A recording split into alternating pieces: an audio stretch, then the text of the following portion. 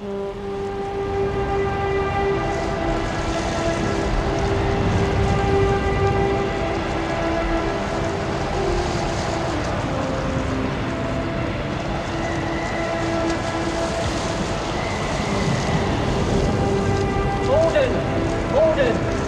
send Moorhouse to save the house.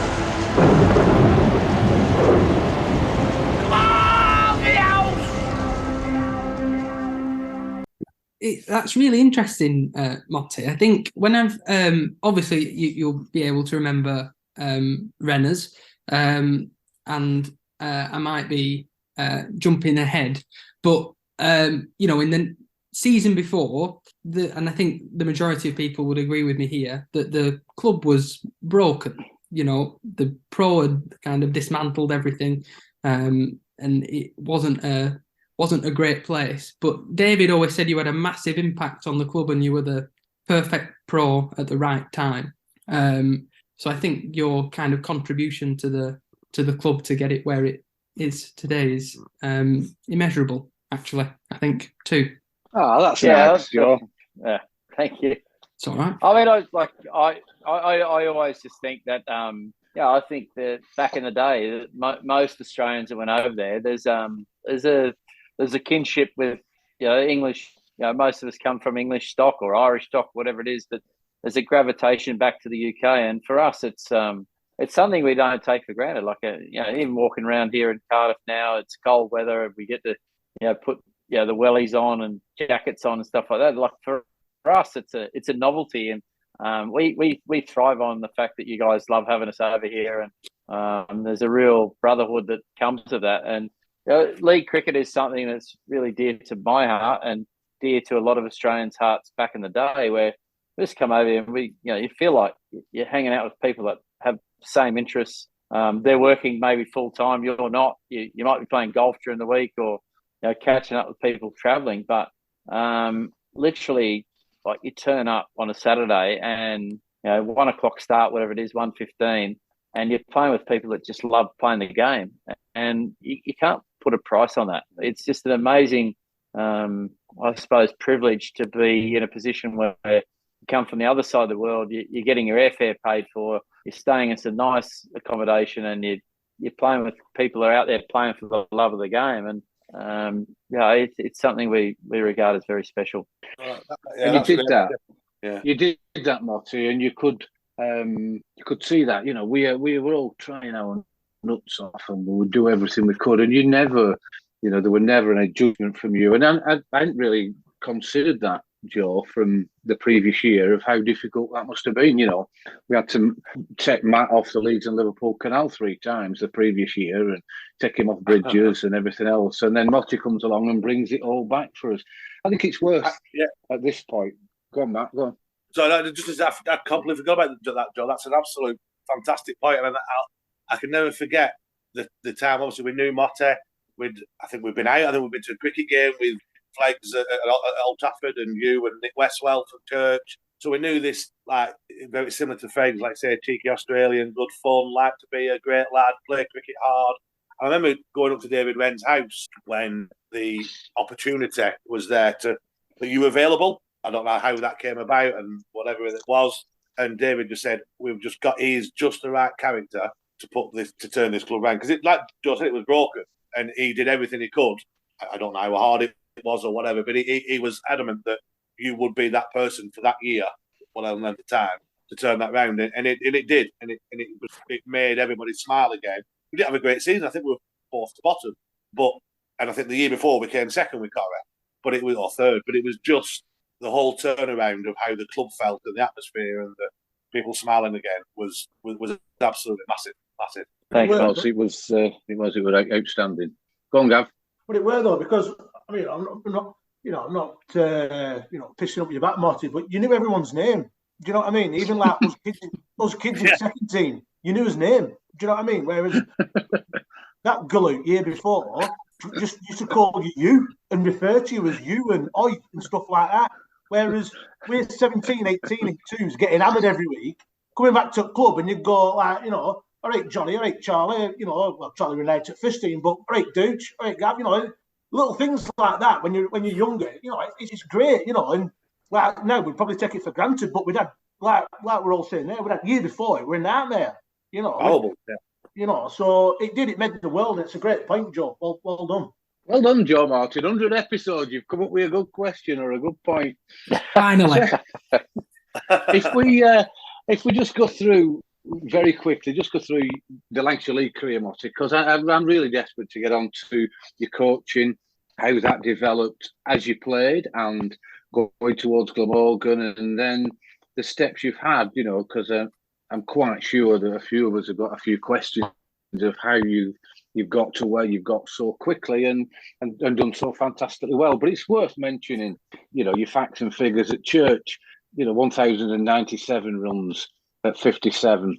For us, averaging 43.6, and a shit summer, really, really poor. And then Rottenstall, I mean, I know it's a postage stamp and you've got Vinny on your side and he's telling you where to hit it. Only hit it square, Mottey.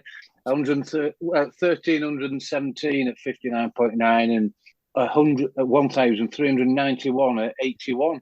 There's some scores there. You're getting tons regular away, and then you came back and pro'd 3 years later for Colne against Burnley and 170 not out, which was a league record.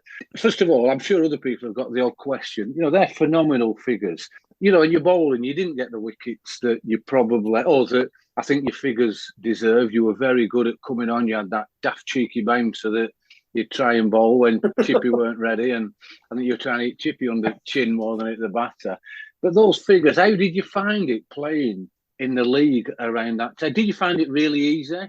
Because it looked easy. Or was it something that, you were just cool and you just took people apart? I would say league cricket to me was, and I'm not saying this just because I'm on here, and I'd tell anyone that I would love to have played a lot more league cricket. I love league cricket. I think it was something really special. It had just an aura about it for me. It was when I retired from first class cricket, I was ready to retire. I was probably going to get retired anyway, but I always thought I had a lot more league cricket left in me. I didn't want to play a lot more cricket in Australia. It's way too hot and too hard, but I loved league cricket a lot. And I wouldn't say it ever came easy. I definitely felt more pressure as a league pro than I ever felt as a first class cricketer because of that expectation. But it was a good level of pressure. It was, I didn't lie awake at night thinking about it, but you knew as a league pro that you had to perform, and if you missed out, then there's a fair chance your team was going to have to play well to win. That's just, and everyone knows that. So I like that, and I just love the atmosphere. I love the fact that it's the centre of the hub for the town, and people love turning up to league cricket and having a pint, and, a pie or whatever it is, and afterwards you sit around and talk to your players, you talk to the punters, whatever. So I wouldn't say I ever found it easy, but I loved it. I loved every minute of it, and if there's anything I regret, that I didn't get to play a couple more years of it. Right, and you would have continued to get those runs. I'm sure you would. The way you set yourself up, and you knew. You knew the style, and I'm not blowing smoke up your arse now, but it would be in the way the league is at the moment. If you had a 27-year-old Matthew Mott playing in it, that they would, whoever you played for. And I'm not decrying the pros that are playing now at all, because there's some fantastic bowlers, better bowlers than you would have been, you were, but you would have just manufactured the games around and done it. So that's interesting to hear that, Mottey. So I'm going to move on now to how you started to develop into a coach, and you thought, look, this is for me. You always thought a lot about the game. But before we do that, just quickly go around the room. Matt, anything you want to just chat about before or clarify before we move on to Motty's coaching career? Just three quick points. There's one, he got all them runs at Rottenstall, Jez, because he used to nick it to gully and not get given out. And then come in dressing room and say, I were nowhere near it, Jez. That big stupid grin on his face. Well, there was that. There was the other one. I don't know if I told it last time you were on, but you mentioned your Canadian girlfriend, and I don't even remember the time. You lived just around the corner from where I live in Burnley, and this one I had good friend of mine was lodging with me at the time, like called John Elm. He's a proper character. Never played cricket, not into it at all. And we were getting ready to go out somewhere, and he'd just got his jeans on. He's very slight, nothing there, with a little bit of a belly on. I'll never forget. What was she called? That girl from Canada, Krista. That's it. She wanted you must be going out, and you'd no ironing board or iron. So she walked down the road. It was literally five houses away. So she walked down the road, and there's a knock on the door. And all of a sudden, he opened the door. He's got his jeans on, his shoes, and his little belly just hanging over his belt. He said, and I stood there. He said, and this absolutely gorgeous blonde stood at the door. He said, so I breathed in, so she couldn't see my little pot belly. He said, is Matt in? He's like, what do you want with Matt? With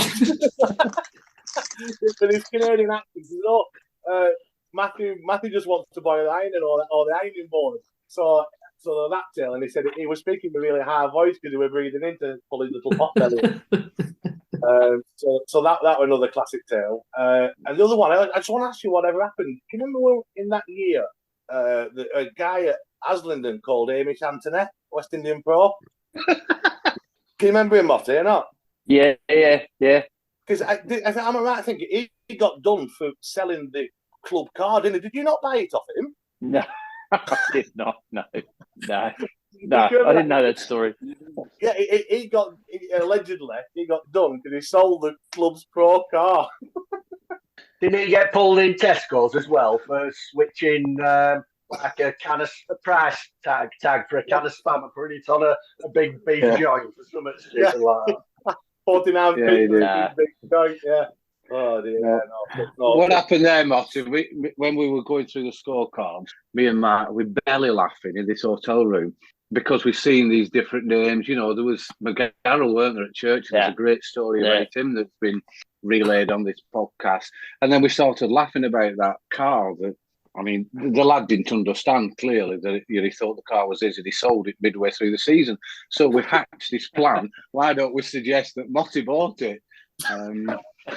We're clearly, for all you listeners, Motty definitely didn't buy the stolen car. That is, I didn't buy it. I wouldn't have been able to afford it. Not on Lowerhouse's wages. Oh, thanks, Matt. Thanks for bringing those points up. Yeah, it was some good memories. Joe Morton, you're only 4. Anything you want to just throw in about the Lancashire League before we move on? No. I'm just surprised that I made a good point earlier. Well done, Joe. Gav? Well done, Joe. No, I'm ready to move on and talk about coaching. Gary? Yeah, ditto, Jez, ditto. Okay. So, Motty, I think your last first class game, would that have been 2005-ish, 2006? I think before that. I think it was 2004, maybe. Oh, right, okay. I actually played for Holland after that, which might be... Of course, yeah. First class, but yeah. Oh, yeah. Yeah, I do remember that. Good luck and good management. Yeah. So you're looking at, that early 2000s. When did you... And it's almost like a football, like what people ask football coaches. Did you think when you were starting at Queensland or in Victoria or any of your league cricket or getting your big runs at Victoria, I want to stop in cricket for the rest of my life and become an established coach? Or did it just manifest itself naturally? I always thought I would be in coaching somewhere. Like my plan, my brother was a phys ed teacher and I studied teaching after trying a couple of different things. And I always thought that maybe my job would be in a private school somewhere in Queensland. But I always had an idea on coaching. I did my level 1 coaching, I think, when I was 16. I did my level 2 when I was 21 at the Cricket Academy.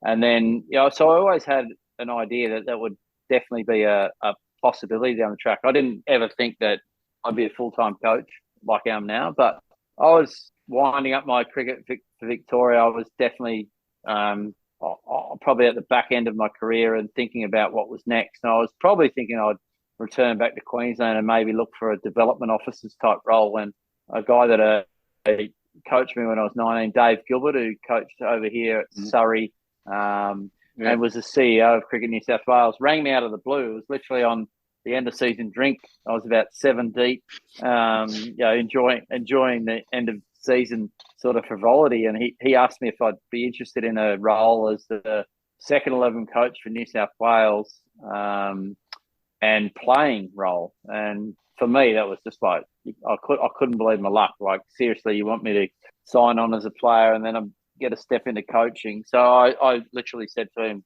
there and then, I said, yeah, I'll be there tomorrow. Like, let me know what the details are. And didn't think anything about what it looked like, whatever. It was just like, what an opportunity. And as it turned out, I told Victoria, who I was still playing for, that I was going to do that. And they essentially offered me the same role for Victoria, but I thought New South Wales offered me first, and it would have been hard to probably coach the guys that I just finished playing with. So I went to New South Wales under Trevor Bayliss, who was the coach there, who ended up coaching England. He didn't know me from a bar of soap. He actually wanted a fast bowling coach as assistant. So I was almost forced on him. And, for a long time, I thought he didn't really like me either, because I was forced on him. But we became really good mates, and it was the best move I've ever made. I sort of jumped the queue probably 3 or 4 years ahead of some of my contemporaries. And it was literally, I did a year of that as player coach. It was the hardest role I've ever done, because all I'd ever done was sort of look after myself in preparation, but I had to sort of coach everyone. And I didn't play that well under those circumstances, and I knew it was time. And as it turned out, Cricket Australia brought in a rule where you had to have a certain amount of players under a certain age, so I was able to seamlessly move out of that role. But it was a big move for me. Motty, sorry, Jez, just quickly there. Sorry, Motty. When you got that opportunity at New South Wales, what is the level, like say the level 1 and level 2 coaching the same as is over here, where you go up to 1, 2, 3, 4, and 5? But what level of coaching would you have passed at that stage? It's a bit different, Matt. It's I actually spoke about this the other day over here. Is to me, probably level 1, 2, and 3 in Australia it's a bit almost too easy in certain ways, and I think somewhere in between, the English system's almost a little bit too hard to obtain. So level 4 over here is almost like obtaining a degree. And so my personal opinion is somewhere in between the two is the right balance. I think in Australia, definitely, like, if you played first class cricket, you can obtain level 2 pretty easily. And level 3, you need to be invited to attend, but essentially everyone that attends passes the test. Whereas over here, level 3 and level 4 it's almost 2 years of it's tough, isn't it? Yeah, pretty much full-time study. So I think there's pros and cons for both systems. I think somewhere in the middle is about the right mix. Yeah, good. Yeah, good. So I think, as you've alluded there, that Victoria were looking at, there obviously something that that the hierarchy and other people saw, and you take your badges relatively early. Again, for me, it's fascinating that you've worked with Bayliss like that, who's gone on to do great and fantastic things, and you will learn a lot there, I'm sure. When you said player coach back then, was it just a coach and you coach fielding, bowling, batting, or did you have a specialised subject even back then? So I was like in charge of the second 11 team, so that was my main role, and so I was more of a general coach, but I also then, when time permitted, was an assistant coach, and obviously focused more on batting and fielding. Fast bowling wasn't really my thing, as you know, Jez. But it was an amazing role back in the time, and I look back on some of the players that I was lucky enough to coach, like the Steve Smiths, Josh Hazlewoods, Mitchell Starks, all those sort of guys come through. David Warner were all around that time. I started coaching at that time, so Ed Cowan, it was just an incredible era of New South Wales cricket back then. And I was just, Trevor Bayliss, obviously head coach, I was the assistant, but a lot of those young guys come through at that time. And it was an incredible environment to be a part of. Very, very highly productive era of New South Wales cricket, and obviously Australian cricket as well. And Motty, let's be fair, and for you, you've probably picked up a lot of what your traits, what you've got now. So you worked through that. What we're looking at there, we're going then to 2008ish, something like that, 2009. Yeah, around that time. 2009, 2010. Yeah, and then the Glamorgan job comes along. Is that about right for you? Yep. Yeah. So what happened there? How did that come? Well, I'd been at New South Wales cricket for 7 years by that stage. And the year before, sort of got offered an opportunity with New Zealand cricket. And, it was around the time my son Jai was about to be born. And Tara, my wife, and I sort of thought really strongly about that decision. And it was probably from a career point of view, the right time to move. But from a family point of view, wasn't quite that time. And then because we'd had that conversation, when the opportunity at Glamorgan came up, we're like, yeah, this is exactly the right time for us. Young child, no schooling. Let's go over and have a crack. And absolutely loved it. Part of the reason why we're here now. We had such an amazing time. We got looked after incredibly well. I enjoyed county cricket a lot. Obviously, for a lot of the reasons I said about league cricket, but you just got a heap of guys that just love the game and play it professionally, and you get to travel around the whole country. And the difference probably between Shield cricket and county cricket was that you could take your family wherever you wanted. Like if we wanted to, go to Derby for whatever reason, and for 3 or 4 days and stay in a nice hotel, we'd just get in the car and go. And we had an amazing couple of years here, and we left with a heavy heart going back to Australia. Actually, we probably wanted a couple of more years, but it was the right time because Jai was starting school. Yeah, and I'll ask the other lads to come in and any questions about the county cricket and the circuit, because it is tough. The amount of cricket that certainly county championship games and then they move into the one days. How many coaching staff worked at Glamorgan when you were there? What sort of level and how many were there? We probably had realistically another 4 coaches back in the day, and I didn't ever think it was that tough, county cricket. I think it's actually reasonably family friendly in terms of like you don't spend a lot of time away from home. Like I think in the roles I've had with Australia, it's a bit different. Like the Australian women's team, you could go away for a month and a half at a time. Even the role that I'm in now, like you can be away from your family for periods of time. But the best thing that attracted me to the English white ball role was the time that you actually get to spend at home. And it's always an interesting balance as well. Like in Shield cricket, when I was coaching in Shield cricket, often you fly away and you come back and you never really got into a routine with your family. Like you always felt like you were sort of dropping your bags and then getting ready to go again. Whereas I didn't feel that in county cricket. I felt like at any given time, if you needed to spend time with your family, particularly when your kids were younger and they weren't in school, that you could get that time. But it's different once kids go to school and you can't upset their routine as well. Yeah, and I suppose that is, and I will come in to see if anyone's got any questions around the county circuit. And the players who are playing now, it might be because of the attractions of the 100 and the T20 and those who are good enough to get contracts at IPL. And I'm not putting words in your mouth, but the games I'm watching at Lancashire, and there's a lot of county cricket's on its arse. We're not managing to do this. The organisers are not doing this properly, and all the players are shattered. I find it a little bit difficult sometimes to get my head around. And I'm not suggesting they should go down the pit or anything, but it is a lifestyle. You're not travelling all over Australia or anything else. Has anyone else got any observations around the county cricket now, or when Motty was coaching at Glamorgan?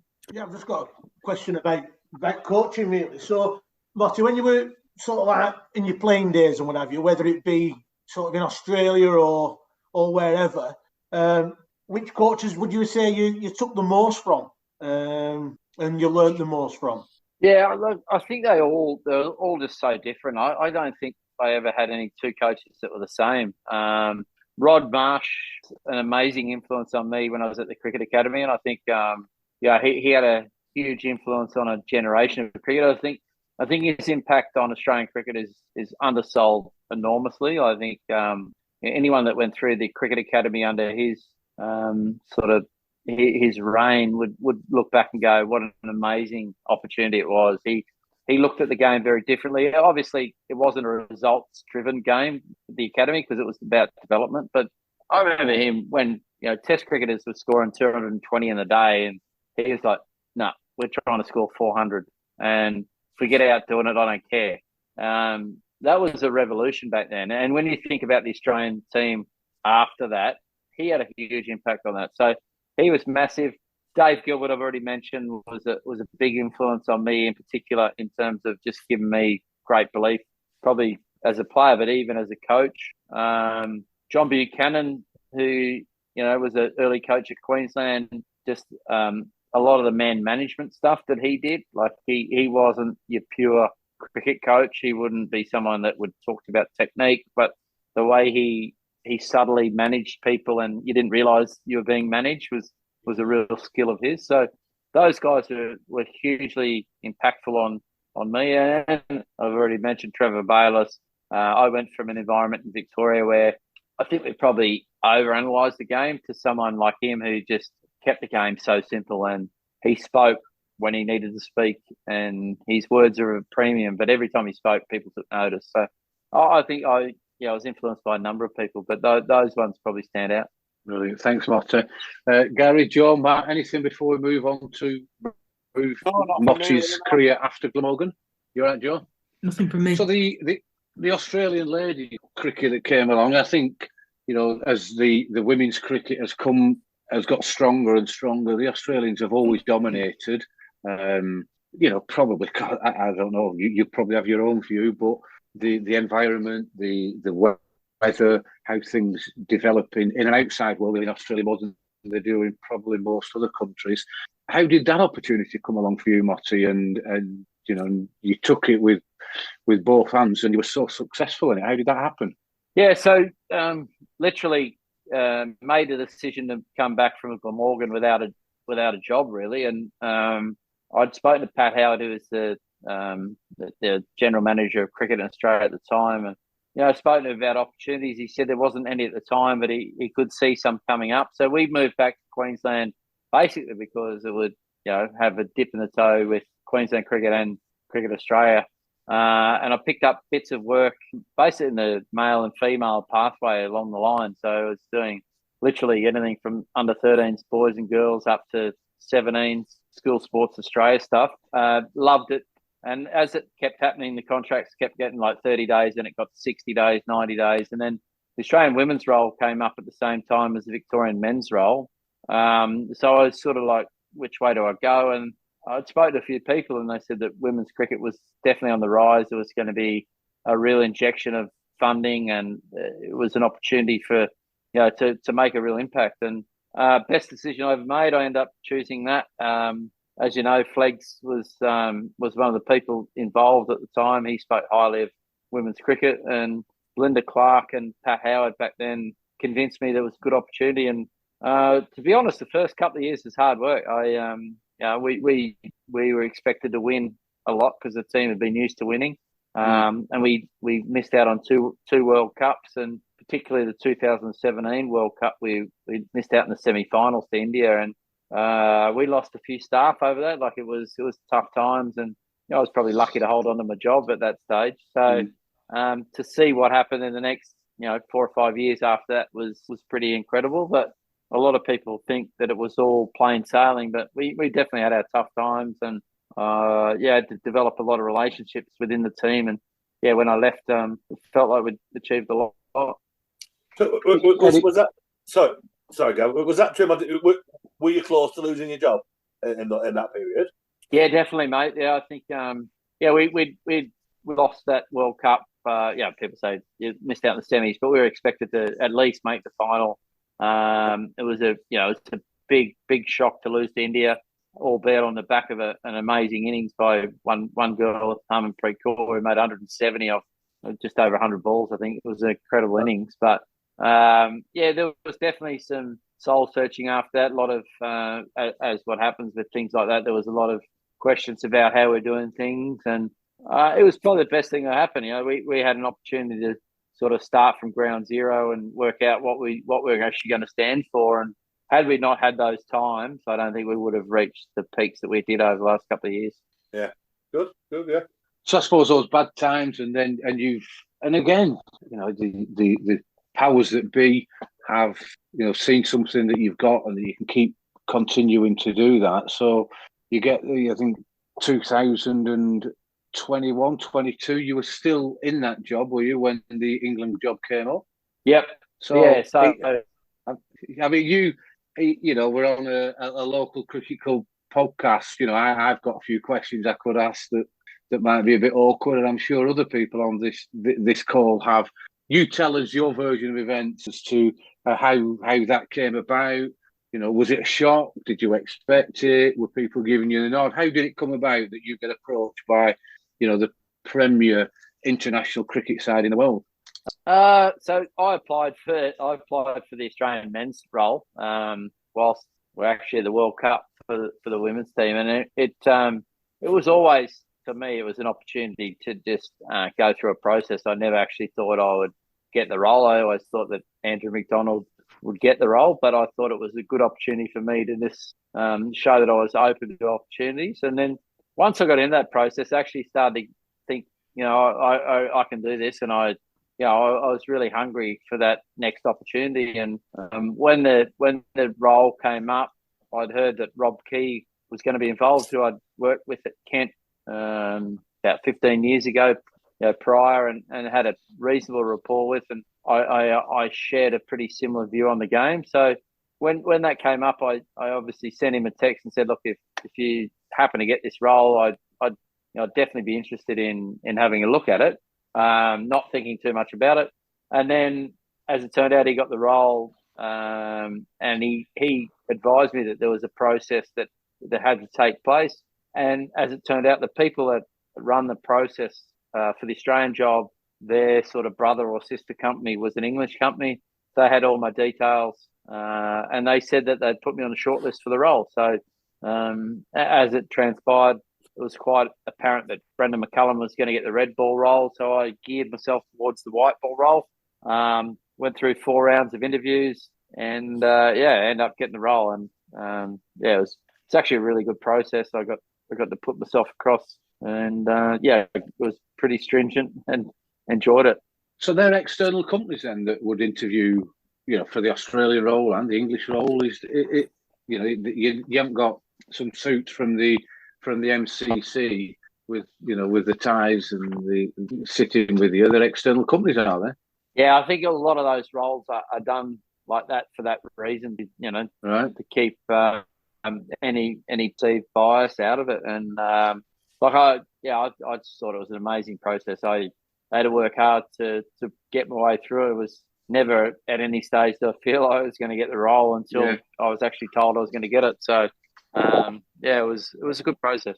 So Matt, was the process you just alluded to there, was the process that you went through something that could have involved the red ball game as well, or because how it came across over here was, I don't know whether I'd read it all right or followed it all right, that was the only role that was for interview, and you got that role. But you mentioned that there was something to do with the red ball in there, but it was quite apparent that Brendan McCullum was earmarked for that. So, was your name forward for that as well?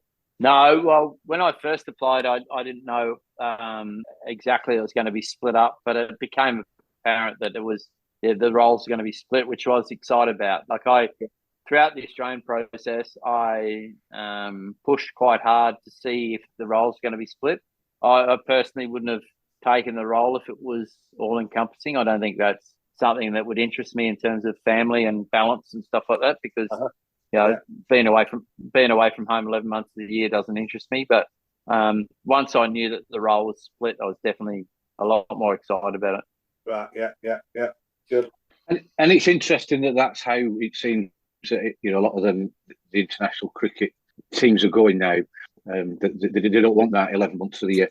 So, you know, over the last 3 or 4 years, I've watched quite a lot of international cricket, certainly Test matches, and I've got to say, and Rob Key, I think it's fantastic, and the way you've described it there, I thought it was all down to Rob Key picking you and Brendan McCullum, you know, doing what he's done with Ben Stokes, and it was all down to Rob Key's magic. But obviously, there's a process that goes behind that, which has to be transparent and has to be done right. How? And it's $1 million question, this, and I'll let other people come in. How could we, an English, let's look at the Test side, look so downtrodden, downbeaten, negative, not wanting to chase totals with Chris Silverwood, who so much time for, and he's done so well in county cricket and the coaching, and Joe Root. How was it changed? How can it's got to be a mindset, hasn't it? How 12 months, 18 months could change the whole cricket ethos, really. How does that happen? Well, to me, there's a few factors. I think COVID was a huge part of it. I think definitely the English team, I reckon, suffered more than anyone in the COVID period. They played a lot of cricket. And, I know that sounds like an excuse, but living in a bubble life the way they were was bloody hard work. And, they were a team that was pushed out there more than anyone, probably. The other side of it is once you reach rock bottom, as I said, for the women's team in 2017, when you apparently reach your rock bottom, there's an opportunity for change.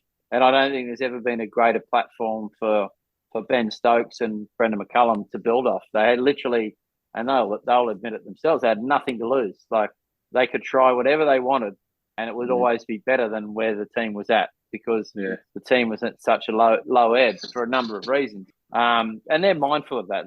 They're very respectful of. I think back to Chris Silver, when I've chatted to him, I saw him in Australia, and I have complete empathy for what he was taking on. The COVID. He was a chairman of selectors. He was coach of both teams, which to me is so hard to comprehend. I just I think of how busy my mind is at the moment, how busy Brendan's is, and the fact that you have to combine those two. It's the English team plays more cricket than anyone else in the world. So all those factors inspired to where the team was at, and they had an opportunity for change. And they've used it incredibly well. But I don't think that you should ever look back on the other stuff as being negative. It was actually a platform to sort of build off, and I know the players within there are very respectful of that as well. Yeah, and it must be difficult for them, mustn't it? And I'm sure behind closed doors, and it will never come out in people's autobiographies that that Joe Root was absolutely rubbish at what he did, and Silverwood couldn't hold a candle to McCullum. It's all the circumstances that happened, and things have gone so well. Certainly the Test cricket, in the way it's just completely changed Test cricket. And the white ball, you're winning the World Cup. Anyone else got any views on that before we go on to the World Cup and the white ball that Motty's been doing? Sorry, Matthew. No, you go, Joe. Go on. I was just going to say, your record with Australia women was incredible. The data and stats behind, and your kind of win percentages are magnificent. And obviously you've had success with the England team now. What are the differences, or what are the challenges between coaching the women on the women's game and the men's game? Yeah, I definitely think the biggest challenge for us now as the men's team is in the Australian women's team, we always had the best choice, the best pick of every team. So we could always pick our best 11 regardless. What's apparent now over the next couple of years, the way the formats are and the way the crossover is, that in bilateral series in particular, we're never going to get our best 11 out on the park. That's just a fact. So the win, you talk about the win percentage. The win percentage for the women's was always completely transparent in terms of, if you had your best team, you should be expected to win. Over the next 2 to 3 years, we will often not pick our best 11. So those stats in between World Cups, I think, I'm just managing expectations a little bit here, but it's going to be less likely that we're going to win a high percentage of games, because we're never going to get to pick our best team. And that's where somewhere like Rob Key has been absolutely amazing in terms of managing those internal expectations around that. I think it's really important that we do that. We're going to go into World Cups with our best 15 or our best 11, but in between, I reckon it'll be very rarely that we get to pick our best 11. So that's the biggest thing for me. In terms of the age-old question about coaching females and males, I think it's like a school teacher. Like, what's easier, coaching or teaching males or females? You teach the individual. You find out a way to unlock their potential. Collaboratively work together and work out the best way forward, and that's what it is. I don't think it's ever male, female. I think it's also generational. I think today's generation want to be coached very differently to our generation. Certainly, they want things explained in a lot more detail. They want to understand the why a lot more.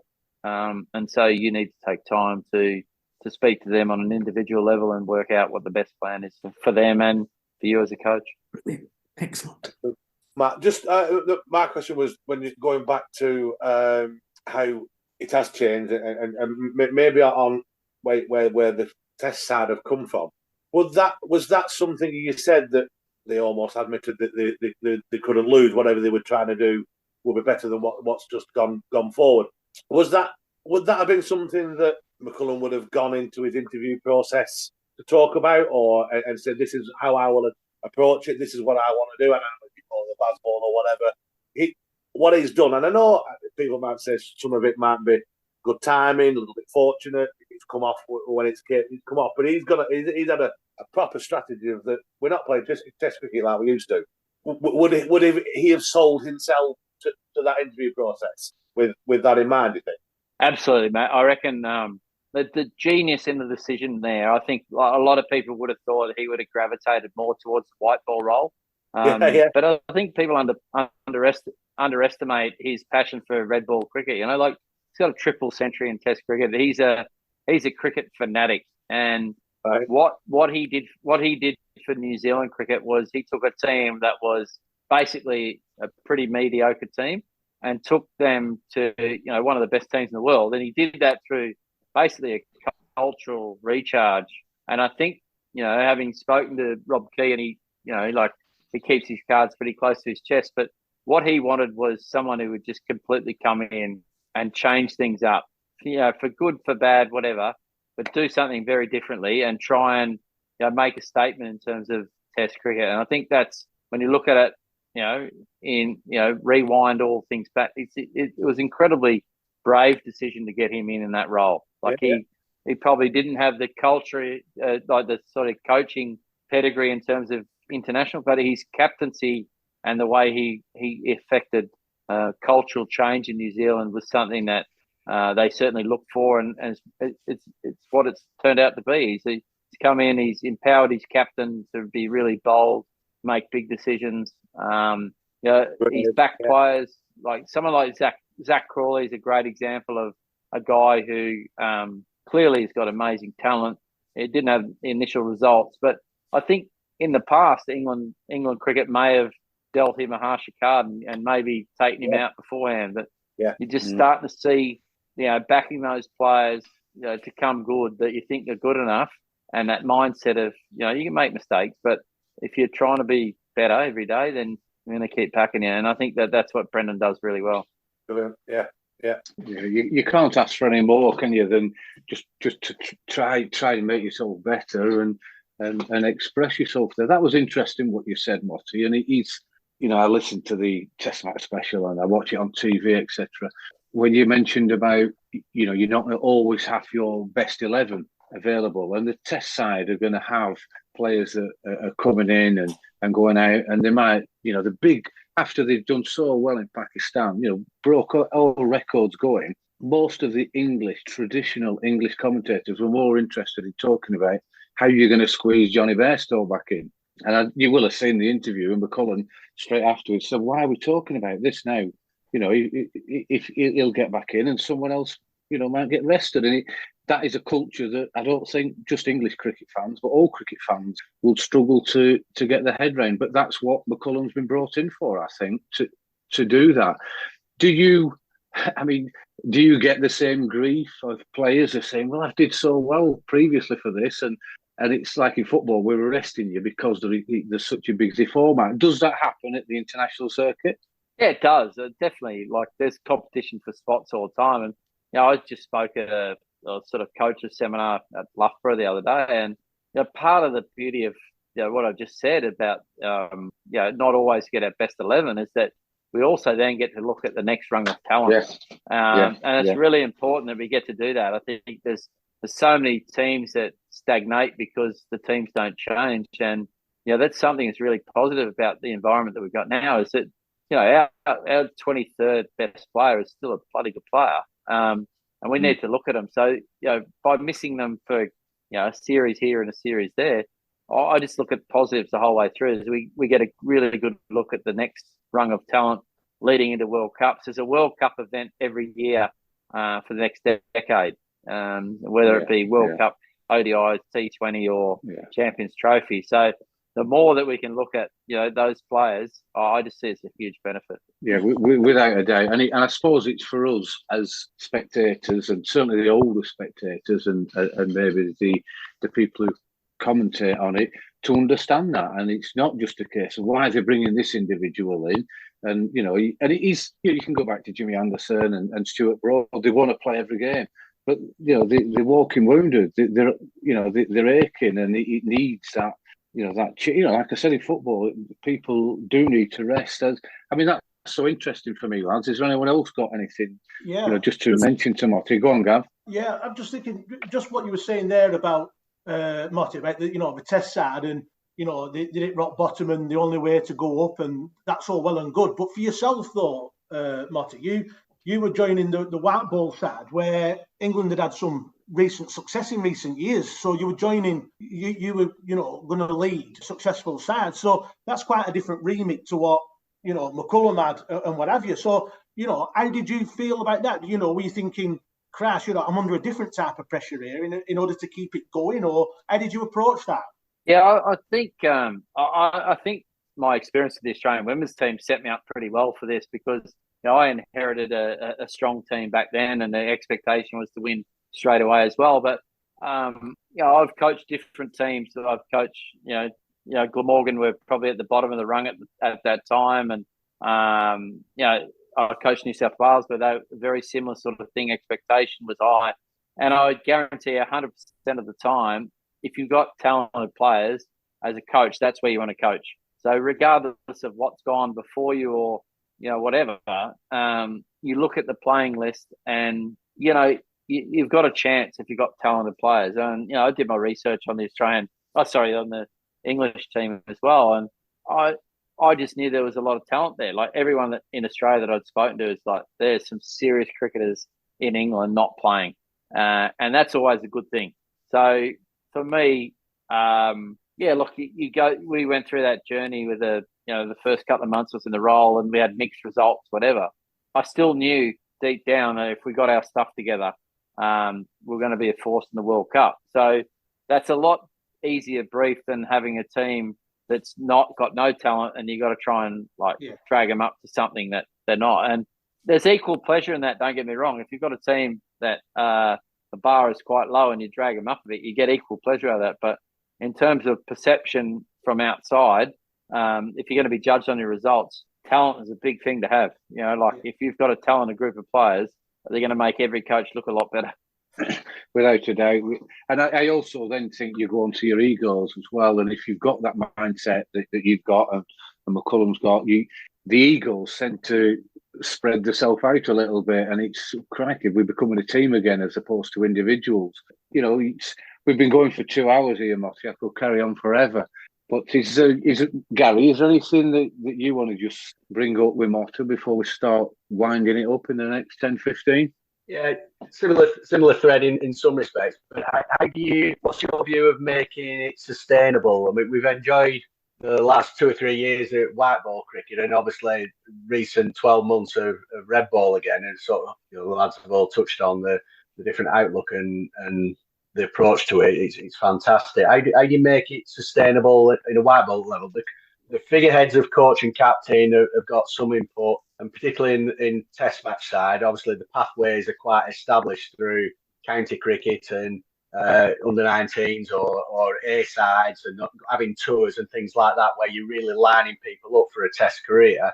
How does that manifest itself in a white ball cricket, where it's very who's hot at the moment, and they can go around playing franchise cricket? But how does that translate into your opinion of making England's white ball team sustainably winners?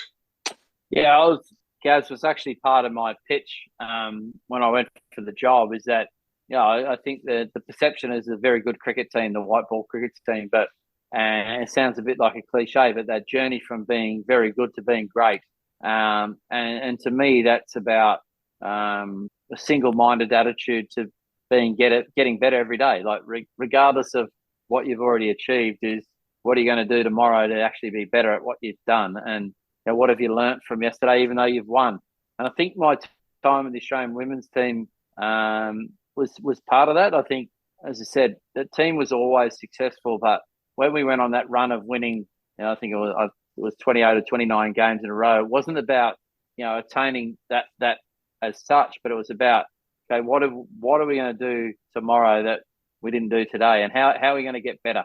And I think that to me is that mindset. It's like not looking too far ahead about creating any sort of dynasty or whatever. It's like, what do we do well today? What can we take from that, and what can we get better at? And as long as you keep doing that from day to day, and you don't look too far ahead, I think that actually looks after what you've just talked about. I don't think you need to make too many grandiose statements about we're going to be this and we're going to be that. It's like, if we looked at today, what we did really well. And I think it's really important in any team that you spend a lot more time on what you did well.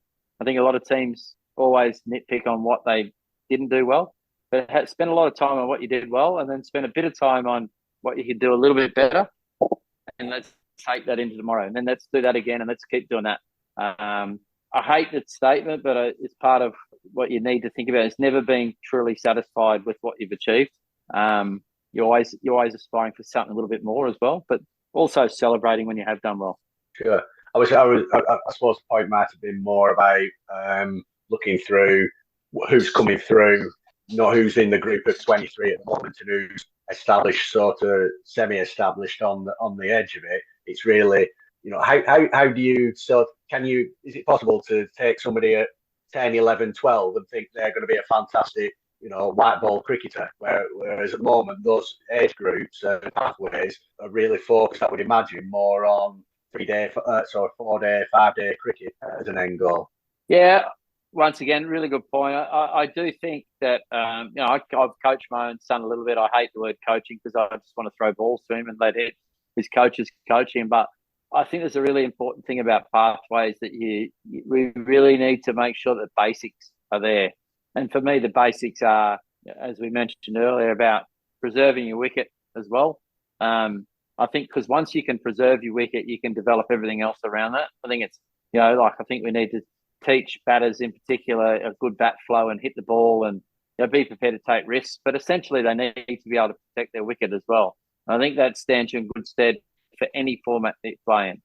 For bowlers, let's encourage them to bowl fast, but work on their accuracy as well. Spinners spin the ball hard because you can teach control later. So all those basics are still really important. So in the pathways, I'd love to see coaches, and I look back on my own journey as well, and I think there's times where, and I don't blame the coaches, but they probably taught more of a conservative way. And I think the way forward now is to push players to push their own boundaries and then pull them back rather than the other way. Yeah, does that answer your question? Yeah, I got you. Yeah.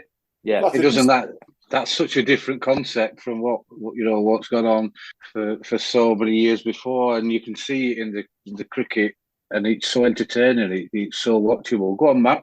I was just going to say, and Joe Martin just helped me and jump in here. I've always tried to tell at Lowerhouse. I kept in the second for the last 3 or 4 years, but just last year, for the first time, I've got involved in. Stan asked me to come and help with regards to junior cricket, and I've never been one that I would have liked to go in and teach under sixes and that kind of age where you haven't got any idea of the concept of cricket. But I always thought I would enjoy and be artistic, speaking to lads who are 11, 13, who have played a bit of cricket and just won a few things in and out. But when I've gone into the Wednesday nights at Lowerhouse, the difference from when we were coached, maybe not by as many coaches or as qualified people, is absolutely amazing.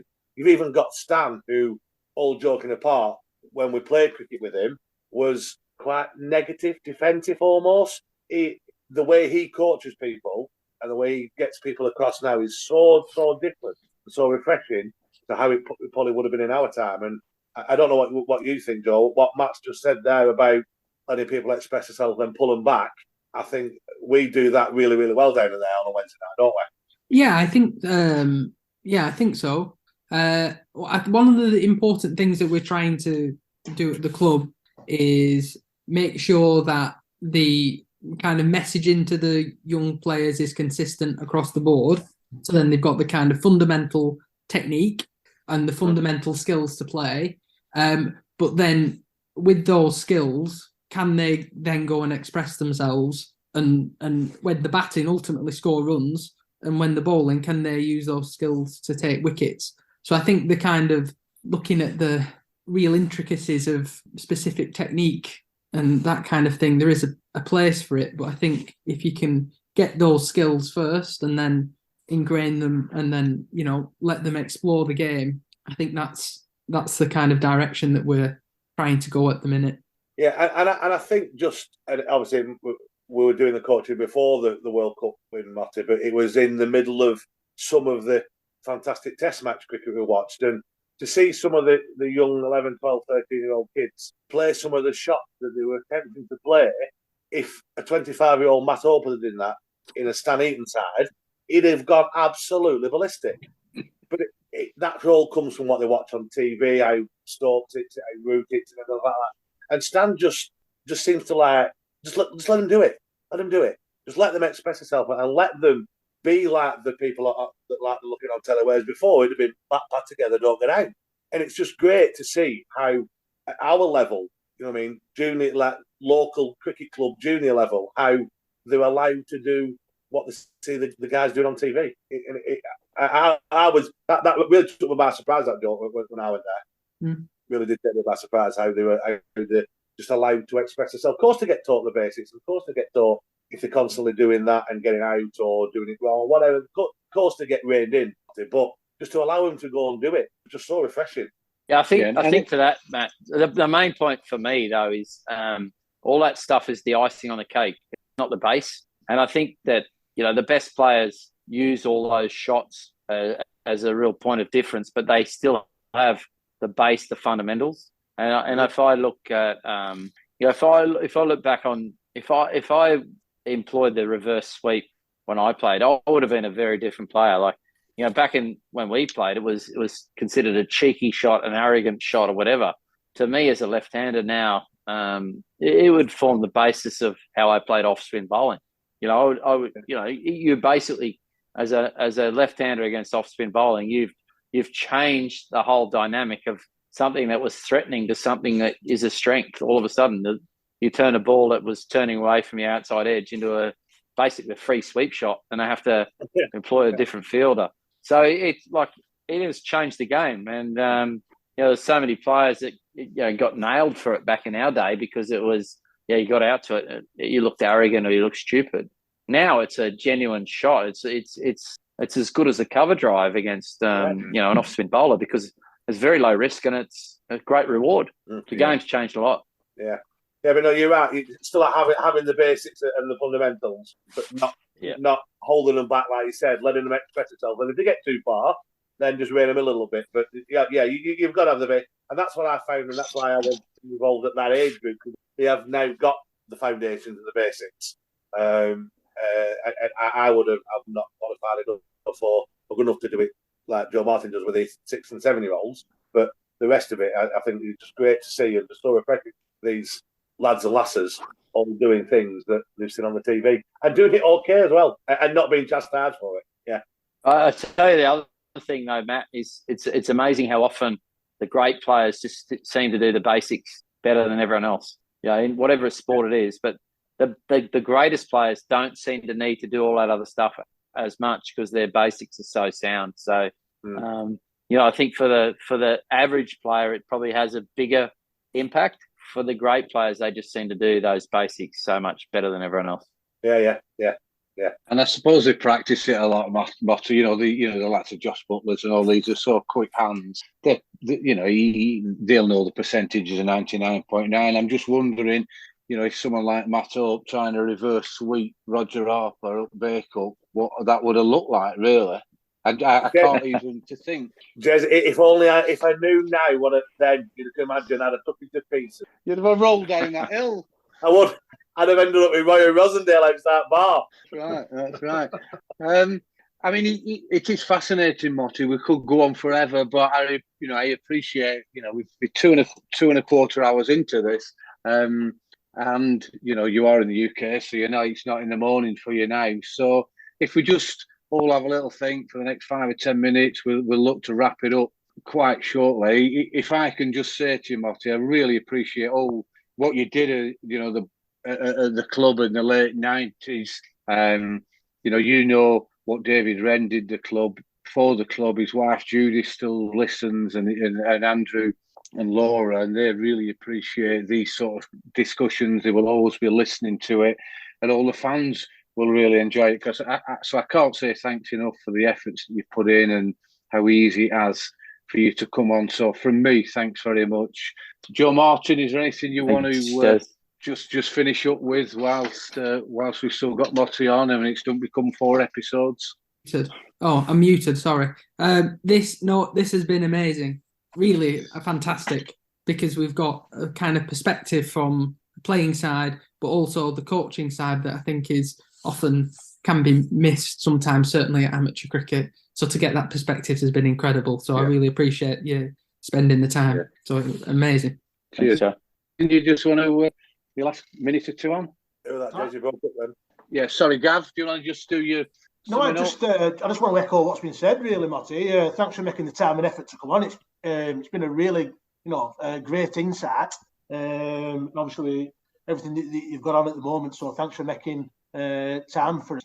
Thanks very much. Thanks, Gav. And mate, the comment you said about remembering everyone's name made my night, because I think that's one of my greatest weaknesses. But I'm glad that I was pretty good back in the day, mate. But love the club. It was a very enjoyable time, mate, and I've enjoyed tonight as well. Thank you. Fantastic. Gary, I'll come to you last. But Matt, if you could just, when Matt was laid up in his hospital bed, like a 5-star hotel, he commented about coming over as I can't remember how old you would have been, Matt Hope. And Motty very kindly put Matt up for at least 10 days or so. And Matt, he brought photos back of watching you. Was that Queensland, was it, Matt, you went to? No, Victoria. Oh, Victoria. If there was only Matt sat on the grass watching, a state game with about, 24 beers all around him, and no one else was watching. Have you any little stories about that, Matt? What are your memories around that? Yeah, some absolute brilliant. So it was that in 1999. It was the year after. So it'd have been the Christmas of '98. So I will have been 27. Right, that old? I didn't realise I was that old. Yeah, I must have been. Yeah, so I'd have been 20. No, I weren't. I thought I was younger. Anyway, don't mind. I was early mid-20s. And there were some great stories. There was one where Motty was fielding, and Adam Gilchrist was playing. We were playing Western Australia, if I remember rightly. Joe Angel were playing, Gilchrist were playing. Ian Harvey was in your side, I think. Darren Berry was in. You remember that name? And I was sat on the deck chair, and I had them cans. They were 24 days, but they were only little stubbies. And I had no hat on. That's all right. Yeah, and I had no hat on. Bright red. Motty, they got a wicket, and he run over from the middle of MCD and said, "Get your fucking hat on, will you? You're going to die." So there was that one, and then the last one was when it must have been the last game of the season, because you all went out at night, Motty. I don't really remember. And Channel 9, had you just won it or qualified for the final or something along those lines? And Channel 9 were out, and they were following them everywhere. And you've got this little burnt to a crisp ginger lad from England out in the bar with all these lads, the likes of Motty and all the David Saker who played at Enfield and people like that. They were all trying to get me up on being interviewed on Channel 9 with these sports presenters. Trying to interview Adam Gilchrist and David Saker and Matthew Mott. There's this little burnt lad from Burnley sat it back there trying to hide. 24 deep. Yeah. Oh, yeah. Probably 23 or 24 deep. And then, but no, it was great. And again, just because of that, obviously I was over there. I was staying with Matt. He very kindly put me up. How they were with me because of the league cricket and obviously what they'd enjoyed over there. A lot of people spoke to me who played in the league, and they were all so great. You know what I mean? There was no arrogance with them. There was no who's that dickhead sat in middle of corner wheels. I mean, they were all really, really nice and really, really friendly, and just made you feel so welcome. So no, it was brilliant. Really enjoyed it. Brilliant. Thanks, Matt. Before we come back to you, Motty, to finish, and we'll close this episode. Gary, anything from you for the final bits of it? It's been a good chance to reminisce for that season, that year when you were over, and also obviously hear about all your successes since. But I think we're gradually getting through that decade in terms of knocking off all those years and stuff. So this was one of the highlights, sort of to go through, because I genuinely didn't think that we've managed to pin you down, given how busy you are, etc., in the schedule and stuff. So well done, Jez, for managing that. It's been an absolute thrill, and good to catch up with you again, Motta. No, cheers, Gary. Guys. Good on you, mate. And then, so finally from you, Motta, before we finish here, genuinely, as we talk this through now, as you're aware, 2004 was our first piece of silverware, and since then, Joe Martin's been collecting them like shells off a beach. They're non-stop. They're doing so well. A lot, it's from stands, coaching, and the older parents that are involved there. We've got a great junior section now, and it will only, I'm convinced it will only get better. So a real wholehearted thanks for coming on, Motty. I guarantee the spectators and other people will listen to this to really enjoy it. So thanks for coming on. And from you, the final words, if that's all right, please, Motty. Thanks, mate. First of all, well done to all you guys. I think it's an incredible effort, 100 episodes, to get through that, and, the dedication that you have to do that. Someone like David Wren, who's mentioned before, I remember, thinking that the club, there was a chance it could have folded at one stage, and was all that stuff about the lease. So the fact that the club's so strong now and so vibrant is, something you should all be really proud of. I had an amazing time at Lowerhouse. It's a big part of, the people that are there. Like, we don't speak all the time, but as you see tonight, it's just like, it was just yesterday that I played at the club. I have very fond memories, and I wish you all well. Wish you all well in the future, and appreciate that you had me on. We've had some bloody good pros as well. All the blokes that you've mentioned, the Ryan Harrises and the Sean Flegels of the world, are good mates of mine as well. So Andrew McDonald, it's been an incredible cohort of pros that have been at the club, and we all wish you well and look forward to keeping in touch. Brilliant. That's all for boys club, isn't it? All these people we push on to greater heights. It's amazing. Exactly. No, that's right. But they always come back on the podcast. They always come back and have a chat with us. Really appreciate that. Thanks very much, everyone. I really hope you've enjoyed this episode. Don't forget, subscribe, like it, go on Facebook, on Twitter, wherever else you can go on. Encourage your family and friends to listen to it. And don't forget, support the club. The season will soon be here. We'll have a couple more podcasts before the season starts. So please tune in. And thanks, everyone, for listening.